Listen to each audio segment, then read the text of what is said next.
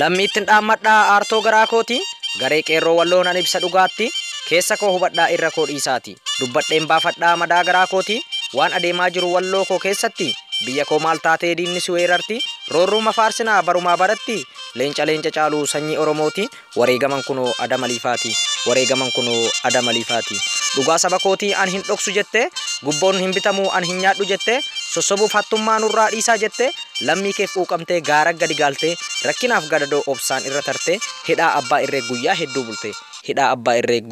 bulte goota koo adamalii dhugaa keef kan duute oromummaaf jechaa rasaasaa nyaatamte kan kee kun ummatatti adda nutti taate akka namaa fiiguun fagoo sitti taate kaaraanjeen adeemaa qawweedhaan falmatte dhiirti akka keetii takkaa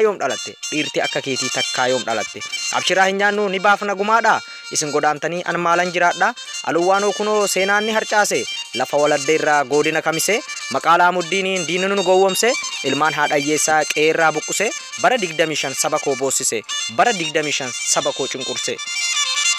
adamii fi aluwaa kanattu isaan aarsee hin gabroomnu jechuun diinni isaan marsee hangarraa nyaatamne har'a hin kenninu jechuun dhugaa faarsee rasaasatti banuun agaazii harcaase gaafii abbaa biyyummaa deebiin rasaasuma sobatu qaroomee dhugaatu jibbama mirga ofii gaafachuun badiitti ilaalama namni biyya ofiitti akka majjeefama ofumaaf wal nyaanne hubadhaa yaanama